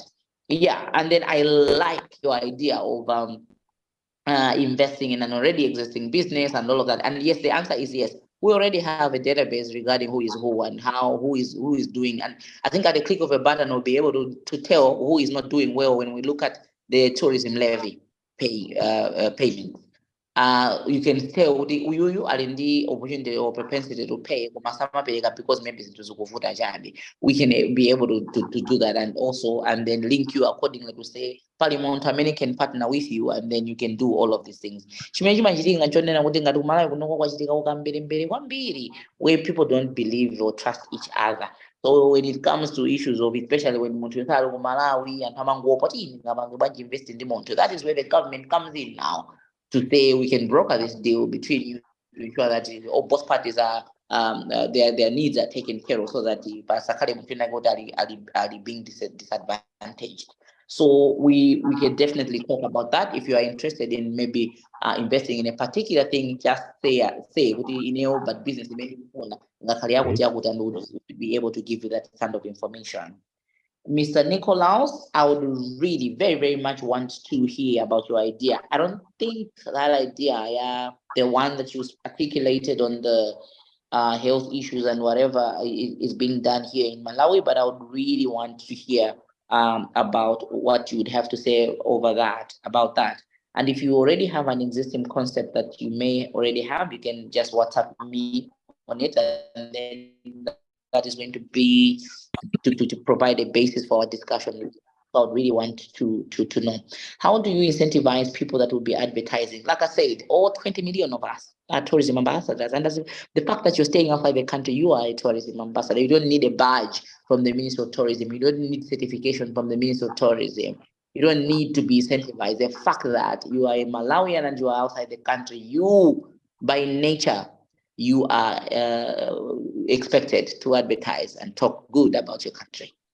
That is what we would expect you to do. And in terms of incentives, I think maybe that can be discussed, but I don't think we have that cast in stone regarding how we can incentivize people that would be going out of their way to advertise our country.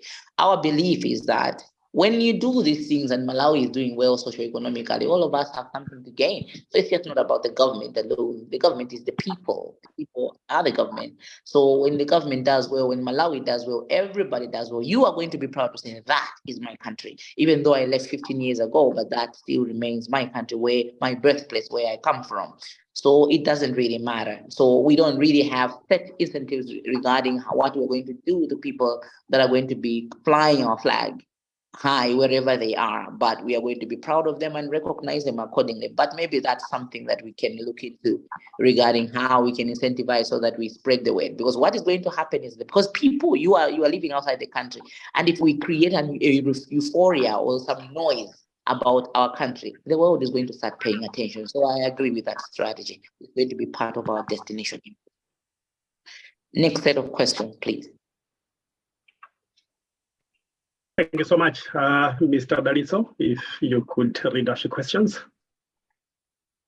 Thank you, Honored Minister. I have 4 questions here, and on a number of different areas.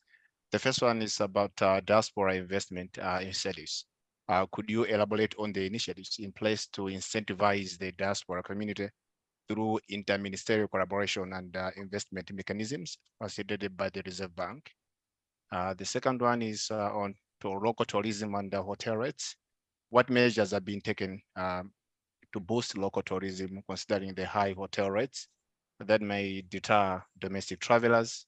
The third one is on card payment.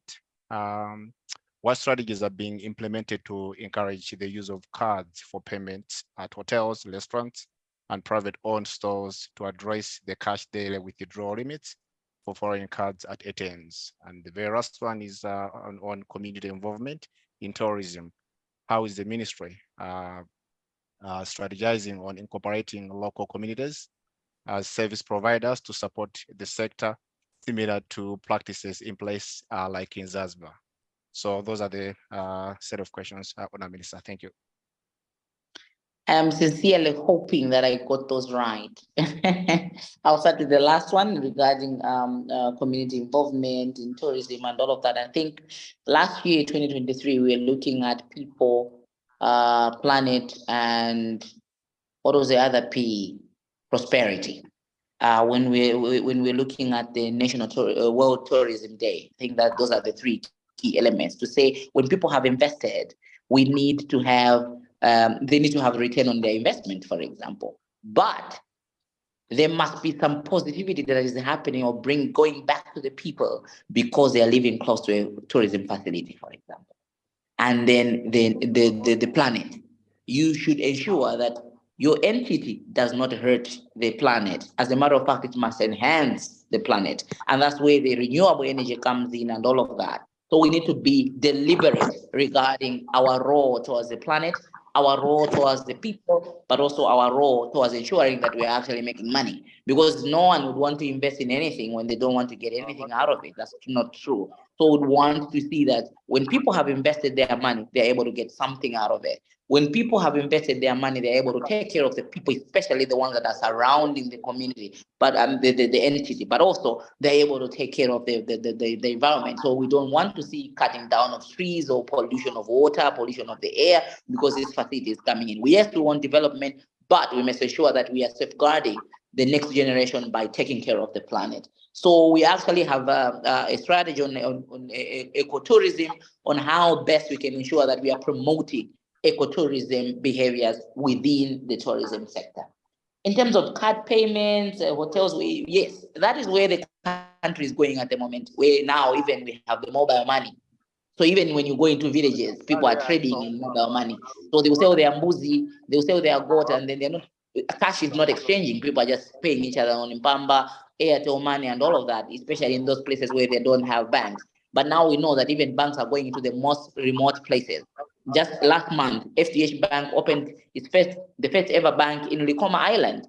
So that's also increasing accessibility to financial services to people that are hardly rich, can hardly be reached. So we know that there are several initiatives that are happening, not only within the tourism sector, but also within the economy, to ensure that they are promoting the use of cards and we are lessening the use of cash. I've been in the UK or America, for example, cash is rarely used. And in China, for example, it's never used at all. We went into a place that we were looking for food. It took us 4 hours to find a place at which they could allow us to use cash. And even then, we still had to use now their money because we had US dollars and they couldn't allow us. Everyone was just saying card. And there they have something, I think on WeChat or something that they used to pay to make payments. So no one would allow us. So even in the lowest markets, there was no cash involved. And I know that even though we are slowly getting there, but I think there are a lot of initiatives that are happening towards that end. And also because when we are encouraging a lot of card payments or cashless transactions, our tourism levy is going to go up. Our tax collections are also going to go up because you can't lie. When people have cash, they're using cash. So even the people that have invested in the tourism sector, they are going to be duped. And they're just collecting tax. So you think that until 15 and I've gone about malo, when in actual fact, to 35. 15 and I want to So card payments, cashless transactions, they work for both ways, both the government and the investor. And then local tourism, domestic. I think you wanted to talk about domestic tourism and then the rates. This is a bone of contention. It's a very, very big issue. And it is an oxymoron that I should be saying 93% of our earnings from tourism is coming from domestic tourism. And yet the same is restrictive to the local people. It is extremely absurd and obscene. I want to call it that. Why? I was saying yesterday, for those that were listening, to say we have people in this country that will be born and they will die maybe at 78 and they will never see Lake Malawi. They will never see Mulanje Mountain. And that's what we are trying to correct. Why are we correcting that? Because these are endowments that we have as a people by the mere fact that we are born Malawians. These things belong to all of us as a people. And so each one of us have a right, a divine right to enjoy them. Everyone should enjoy the lake. Everyone should enjoy all these natural endowments that I've articulated at the beginning of my presentation. And so we are working very, very closely with our operators within the sector, but also with our counterparts within the financing sector, because our tax regime has been said to be a little bit punitive. So these operators are saying, if we cannot reduce our rates because the minimum taxes and so they transfer those payments to the consumer. At the end of the day, the prices are really restrictive.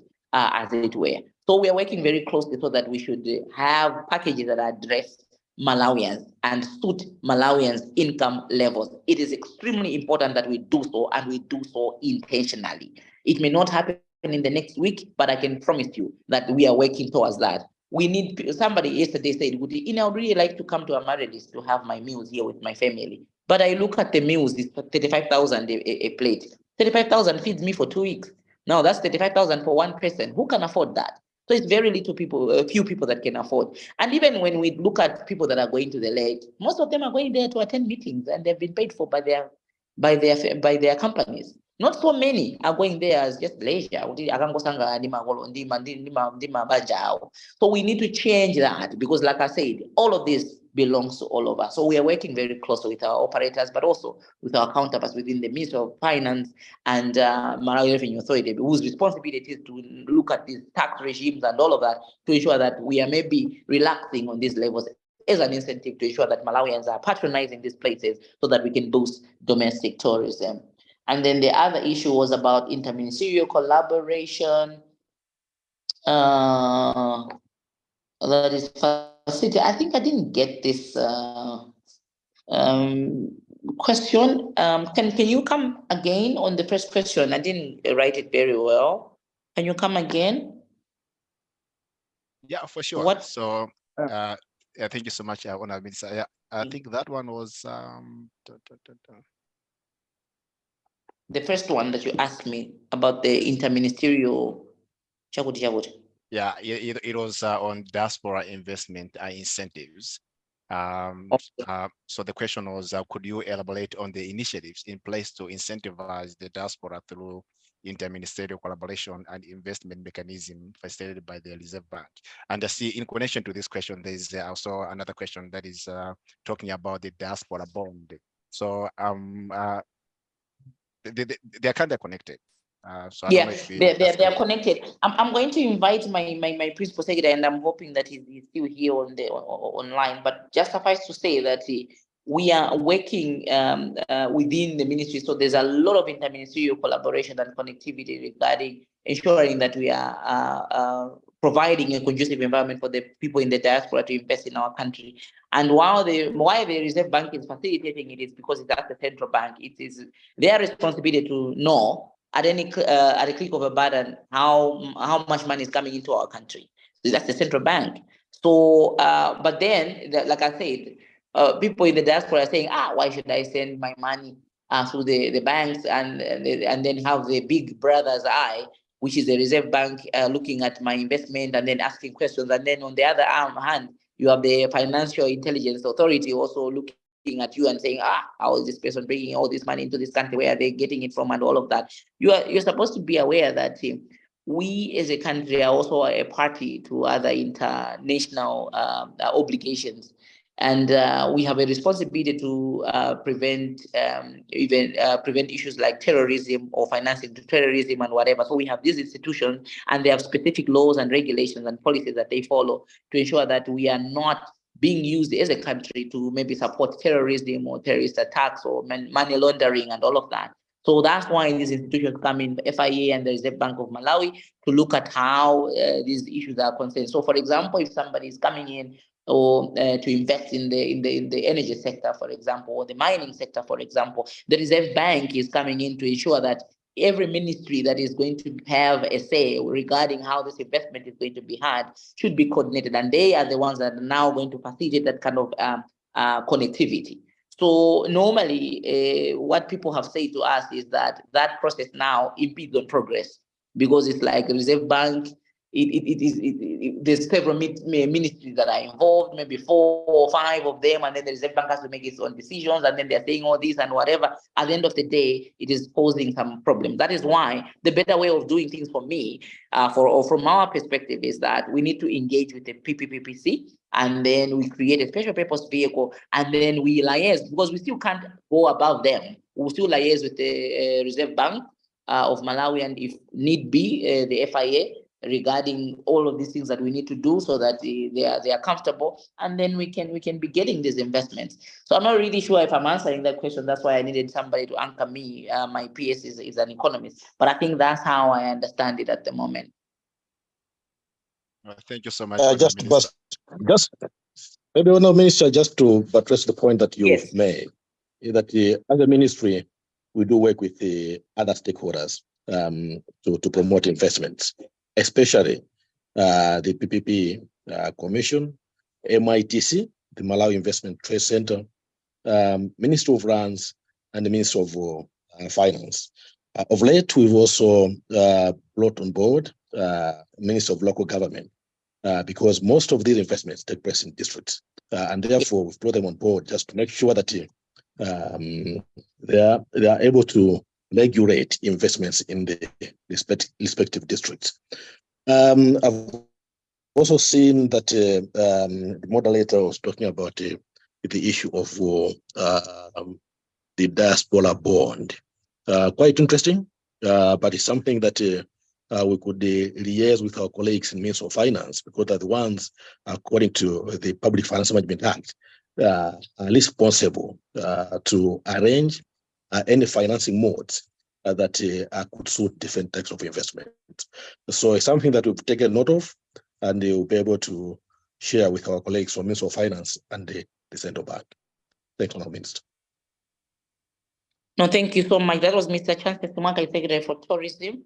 I had not realized that he was still online. So back to you, moderator. Thank you so much, Honorable. So the next one, we're going to also take 3 set of questions from those that have raised their hands. I'll start with Jeremy. Please, once again, be as brief as possible as you can. So I'll start with Jeremy. The second one will be Faith Mahoney, and then I'll go to Abdullah Omam Dara. So Jeremy, go ahead. All right, can you hear me? Thank you. Yes, for me, let me start by thanking Honorable Minister Vera. Thank you for your work. And one thing I can comment, I wanted to make a comment and a question, is just to appreciate the passion that you have. And if I have to go by points, number one, if you can go back to your team, to government, and also identify passion as one of the criteria that we need for our leaders. I'm seeing this, I've been here in the years for 24 years. Right now we have an embassy where we have such kind of leadership, listening, interactive. So we need that. Sometimes it gets affected when somebody is being transferred to another ministry. So if you can maintain this for quite some time, I think I would appreciate that. If you can take it to our leaders there. And another is a high-powered delegation that is coming to Texas, Dallas, for the trade summit. So I'll continue with the same kind of sentiment. We need that passion in our leaders, and I see that in you. Thank you. Then the other part, which has already been mentioned, is the follow-ups and the desk. If we can have a desk, diaspora desk. I just learned about this meeting maybe 30, 40 minutes ago. So if we can create that desk so that we can go, we can easily find that information. Because this was also raised in the last meeting when we had Honorable in Agriculture, Sam Kawale. We suggested about the desk. So if we can have a Malawi diaspora desk so that we can get all this information, I would appreciate. Thank you. Thank you. Thank you so much. Thank you so much for that. And Afe, go ahead, please. Be as brief as you can.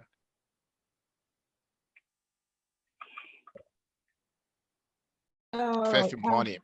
Hey, yes. My name is Faith Mahoney. I'm the student ambassador for the Malawian students here in the United States. Thank you, Honorable, for being here, and your presentation was good. And looking on the other things that you have said, we as students here, we always like trying to find ways on how we can help to promote our country, because as I'm talking right now, we have like more than 500 students here in the United States from Malawi. And maybe the ones that maybe they are registered with the embassy, probably they are less than 200. And those students that in more than more than 80 universities. So I would like maybe to, because like not all the students are here because they are with their busy schedule.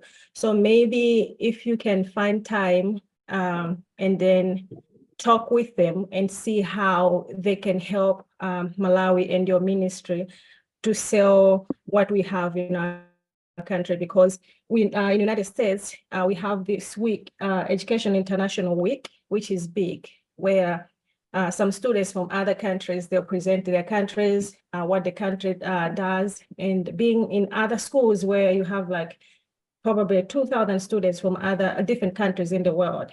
So that can be one way of like helping to put our country on the map. And also when we are coming here, some of us, we come here when we are young, we are like under the wings of our parents. So we don't know like maybe how to do the investment, how we can do some development back home. So we can be here, we can have money, and then instead of like investing back home, we use the money here. And then sometimes we have like the problems that some of the courses that we do here in Malawi, you cannot find a job. So we just decide like, okay, I'm just gonna be here and do my thing, and we are going back home. And because you don't have any idea how you can invest back home, that money is still gonna be here in the United States. But the only money that will go is the one that we are supporting our families. So Awesome. that's Thank you so much, Faith. yeah. Thank you so much for that. And then I'll go to Abdullah Omar. Thank you. Be quick as well. Yes. Yeah, thank you very much. I'm Abdullah from Cairo. I'm a desk officer for tourism. Thank you very much, Honorable Minister, for your enthusiasm and love of the country.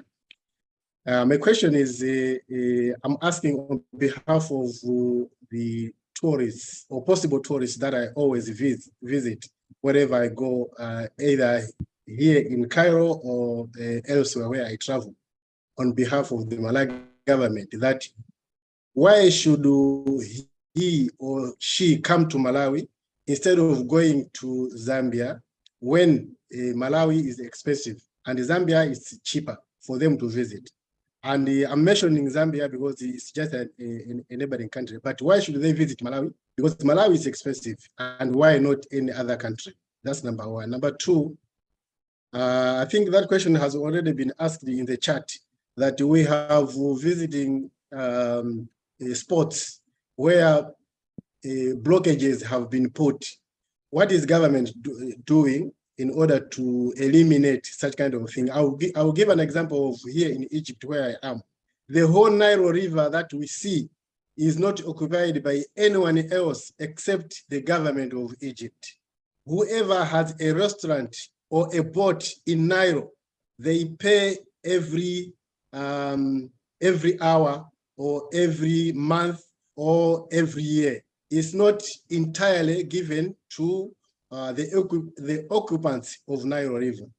Finally, I would like to request as well, you are continuing or perpetual engagement with the banks, that I'm in diaspora, but I'm coming to Malawi. Why should I send my money, or despite having all these international financial institutions that we are affiliated to, but why should I send my money to through a Standard Bank or National Bank when I know that I can get more money through some other means, although they are illegally? Thank you so much, Ms. Abdullah. When I'm in Malawi, why don't I access my USD account when I can do the same when I'm in another country? Thank you very much. Thank you so much, Ms. Abdullah. Dala, Honorable Minister, thank you. No, thank you so much. I'm very disappointed with Mr. Abdullah because he's a government official. He's supposed to be answering those questions himself, and he's a tourism desk officer. So if he's doing that, then I'm very worried regarding how he's representing me where he is, why he doesn't have these answers. But I'll still respond because probably he's asking on behalf of other people. He's talking about government in Cairo or in Egypt, that it owns all the land that is along the River Nile. And the River Nile cannot be compared to the Lake Malawi, But that's why I think I'm saying that Dr. Mangani yesterday called it the mistakes of the past, where it is now the burden on the government is now that how do we correct those mistakes of the past, because mistakes were made, where land was allocated illegally or irregularly. Now we have to legalize that allocation of land. And now that's why the Ministry of Land is now zoning all the lakeshore land to see how best we can correct those mistakes of the past. And it's not going to be easy because a lot of people have to be compensated, because you are all Malawians. You've seen the structures that are there along the lake. Some of them should not be there, shouldn't have been there in the first place, but they are there. How do we correct those mistakes and ensure that we have a very beautiful lakeshore area that has very, very good infrastructure and very good things that you can look at and then attract our visitors with. So that's what we are doing in that regard at the moment. The government is now trying to buy back or gain back its authority over the land that is along the Lake Malawi. And then the issue of, I'll ask Mr. Sumaga to come in again on this. Why can't I access my USD account and then get my US dollars in Malawi? Why would I want to send my money through a bank and then I'm getting a lower rate? I think this one you're not asking on behalf of somebody else that is not Malawi, and he's asking on behalf of himself probably. But these are some of the things that we are working with when I say that we are working with banks. So we are engaging with, we've already signed an MOU with the Centenary Bank, and we're working on another MOU with FDH Bank. And FDH Bank is very, very keen to address this kind of issues, that exactly what you are saying, to say, if I can get 500 kwaja more or 700 kwaja more from the black market, why would I want to go to the bank that is giving me very less money? My family or whoever I'm sending my money to would be more happier to change my money through the black market. So the FDH Bank is trying to now come up with means and ways of how we can harness and remove those kind of barriers and solve those kind of problems as far as getting your value for your money, especially when Forex is concerned. So those are being looked at. But again, the policy order, as far as these issues are concerned, is the Ministry of Finance as well. So we may not necessarily deviate from their authority. We still have to engage them accordingly regarding how we can find lasting solutions, because I know that these things have been lamented. I've seen this on social media, left, right, and center, people lamenting those that are in the diaspora to say, if a city to Ndalama Zatu, and Luna Monina that diaspora, if they will to city to because we are being duped when we send our money formally. And then Malawi being expensive, I think that now I'm inclined to think that is a little bit subjective, because just yesterday, coincidentally, there was an article that was written by a very, very big blogger in the UK. She came here in Malawi and she wrote an article. It was published yesterday. She writes for this very, very big tabloid in the UK. And she said the safari in Malawi is actually at 50% less than from the one in Zambia and Tanzania, that you can pay so much money for 7 days and that you pay double the same amount in Zambia and Tanzania. So I think it's about where you're going and what you're able to access. I know that there are some places at which they charge you $1,000 a day, but it's about the exclusivity of those places and what packages that you're getting.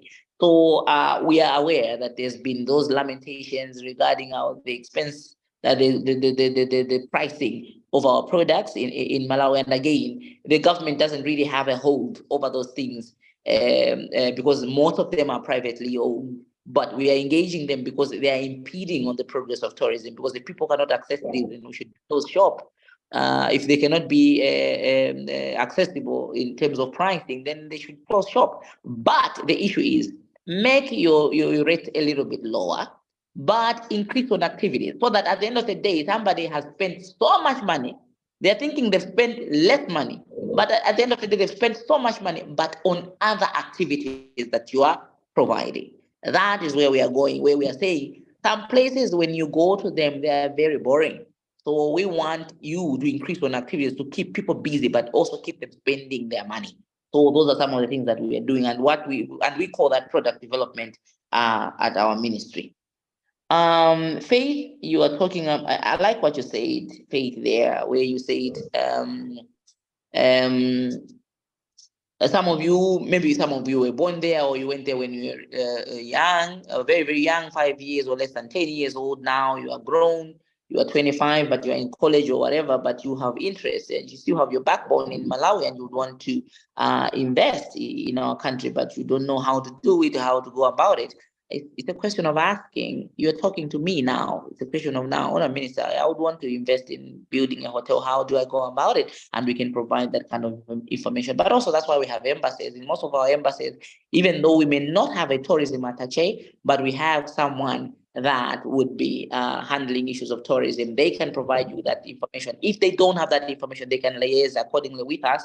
But also, we sometimes we may not have a tourism attaché, but we have a trade attaché. It is our expectation that somebody that is dealing with trade issues should have this information, every information that there is to have regarding how investments are made within our country. But if you really want to talk to us, then you are able to talk to us. You can find us on social media, or you can get our contacts through other means. Even the moderators do have our contacts. We are very, very much happy to provide that kind of information. And I also like what you have said about the issues of the courses that you are studying there, that maybe if you come here and you want to stay in Malawi and you may end up not having a job. You know what you should do there, my dear, is to start by looking at the Malawi 2063. That is going to give you an idea in terms of where the country is going, what kind of skills we require. I'm doing my studies somewhere, and one of my objectives, I was looking at the skills that we need to have as a country, and coincidentally, I'm studying issues of mining. So I was looking at the whole political economy of mining, and one of the issues that I was addressing was, does Malawi have the lucrative skills, the prerequisite skills we need to have for us to leverage on the mining endowments that we have as a country?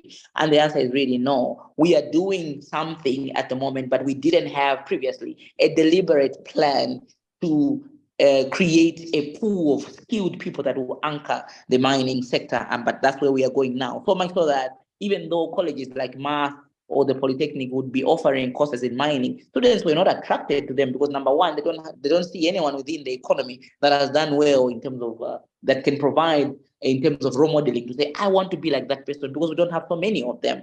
But now, because our mining sector is like booming now, that's where now people now are interested to go into mining engineering, for example, because they know that there's a readily available job that they are going to have when they finish school. So you need to look at the MW 2063, look at how the thinking of government, and you will be able to say, to say, if the government is saying that they want to do these things, then obviously these skills are going to be needed in this country, and I can study this, and I know that I can get a job once I get back home. We should find a way of engaging the students, like you gave an example of the Education International Week. Again, just talk to us, or go to the embassies. They can provide you with that information. But also, we are living in the information era, the digital era. You can email us or send us a message on WhatsApp or Facebook or any social media handle for us to provide you with any kind of information that you may require to anchor you, or to provide you with that kind of information regarding what and how you should be speaking about your country. And I'm very, very much interested. I will forever, anytime and anywhere, if anybody wants information regarding what they can talk about their country, especially when they have not been here for a long time, we can supply you with that information, including even creating slides for you that you can use to talk to your friends and family and people in your schools or within your community. And Jeremy, he was talking about identifying passion among leaders. And then I think that's the prerogative of the President of the Republic of Malawi. I will not really speak much on those things, but I like your idea of how we have had this nice meeting, for example. How do we make those follow-ups? So probably that's why we have Mr. Kawai here online with us, because he's a desk officer on these things and diaspora and all of that. It is their responsibility now to look at my issues, to take these issues to the various ministries to say, we had an engagement of this sort, and these are some of the issues that came out. Can you address some of these things? Having said that, my recommendation to the moderators of these events, of these talks and discussions, is that even though you may be talking to, for example, the Minister of Mining, you should bring in the minister of, or at least a representative, a senior, a sufficiently knowledgeable official from the Ministry of Energy, for example. Also bring somebody from the Ministry of maybe water, for example. Bring in somebody from the Ministry of Finance, ST, because we need a lot of investments and a lot of finances in mining sector. We also need a lot of energy in the mining sector. So the Minister of Mining may be technical regarding the mining sector, the regulatory framework and all the plans that they have. Now we have just registered the Mining Authority, for example, but also we have now registered the MDC, the Malawi Development Corporation company as well, that is going to hold equity in the various investments that government would want to venture into. So the minister can talk to you about these things, but she may not be technical regarding, okay, Anduna, you know that with the investments in mining, we need a lot of energy. She may not have responses to that. But a PS from the Ministry of Energy can come in and say, these are the plans that we have to anchor the mining aspirations that we have as a country. So my recommendation is that when you have a minister that is coming in to speak on these issues, or a minister of tourism, I am here, but you're asking me to now talk about issues of roads, and I don't do roads. You're asking me to talk about airports and all of these and whatever. So we needed to have someone that would come from ESCOM or from Ministry of Energy, somebody that would come from Ministry of Transport and Public Works, ADL, Aviation Authority, and all that, so that we can give you the kind of technical information that you would require as our very, very important members of the diaspora. I so submit, Mr. Moderator. Thank you so much, Honourable Minister. And at this point, I'm going to pass the mantle to Chalo Mvula. Thank you. Thank you, Mr. Moderator. I hope you can hear me. Thank you once again to the Honourable Minister of Tourism, Honourable Vera Kamtukule, to the officials of Ministry of Foreign Affairs present, to the ambassadors and high commissioners and members of the diplomatic missions that are present, and to all the ladies and gentlemen that are present on this interface. I would like to express my heartfelt thanks and gratitude to our Honourable Minister here for her unwavering dedication and hard work in advancing the tourism sector in Malawi. Her commitment and vision is playing a pivotal role in shaping the industry and elevating Malawi as a premier tourist destination in the region. Moreover, I commend the government for taking the bold step of removing the tourist visas, thereby facilitating easier access for visitors to explore the wonders of Malawi. This progressive move will undoubtedly contribute to the growth of the tourism industry and has heightened international interest in our country. I take this opportunity once again to urge the government to further open up tourism investment opportunities to both local and diaspora investors. By creating a conducive environment for investment, we can attract more resources and expertise to develop and expand the tourism sector, ultimately driving economic growth and creating employment opportunities for our people. I also want to express my appreciation to Honorable Kamtukule for actively engaging the Malawi diaspora. We appreciate that. The diaspora insights, connections, and passion for the home country make us valuable partners in promoting Malawi as a tourist destination.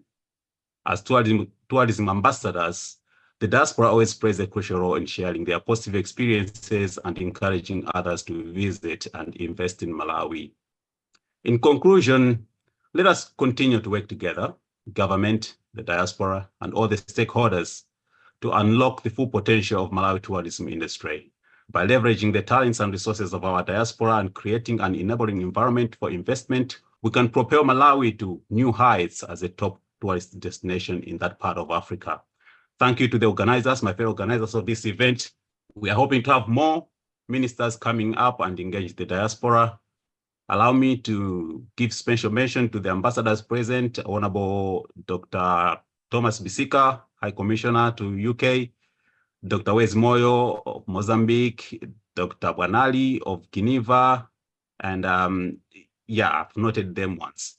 And to all the others that have missed out, we thank all the diplomatic mission for the support that they are giving us here in the diaspora. Thanks very much once again, Honorable Minister, for making yourself available. And thanks to all the participants of this interface. We appreciate you. Thank you. Thank you so much for having me. I really, really appreciate this. And I think I'm gonna tomorrow. So continue doing that. Thank you. Thank you so much. Let us pray. Father, we just want to thank you, Lord, for our country, Malawi. The only thing that brings us all together, where some are in Australia, America, Europe, and different countries. But the common thing that we have, that we are Malawians. And thank you, Lord, because we are here, because we love our country. Father, we just want to thank you, Lord, for the conversation that we have had today. I pray that this conversation shall be ongoing. And some people that had lost hope, that do not invest in Malawi, I pray that, Lord Almighty Jehovah, you shall, Lord, motivate them, oh God. You shall inspire them, oh God, so that they can invest even back home. I pray, Lord Almighty Jehovah, for our minister, Hon Vera Kamtukule. I pray that, Lord Almighty Jehovah, I pray that, Lord, you be with her. Lord, you give her the support necessary, oh God, that she needs, oh God, in this ministry. Everybody can see, oh God, the desire, the hunger that she has for the country. I pray that, Lord, she will need resources, oh God. She will need investors, oh God. I pray that, Lord, give her destiny helpers, oh God, Jehovah, in order to accomplish what she desires, oh God. And I pray that, Almighty Jehovah, for each and everyone, oh God, attending this meeting and their families, oh God, Jehovah, that, Lord, you shall bless them. And bless our country, Malawi, and bless our president. In Jesus' name we pray. Amen. Amen. Thank you so much, guys, for having me. I appreciate it. Thank you. Thank you. We know you had a long... Oh, I wanted to show you something before you go. Hey, Diaspora. Diaspora.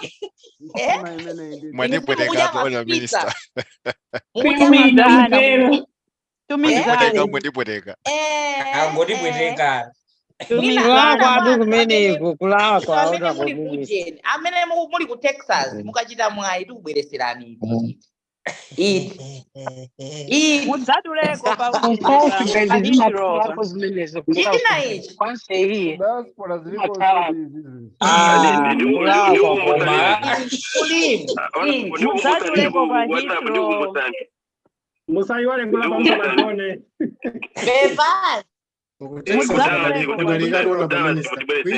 Bevana Diaspora. On that note, allow me to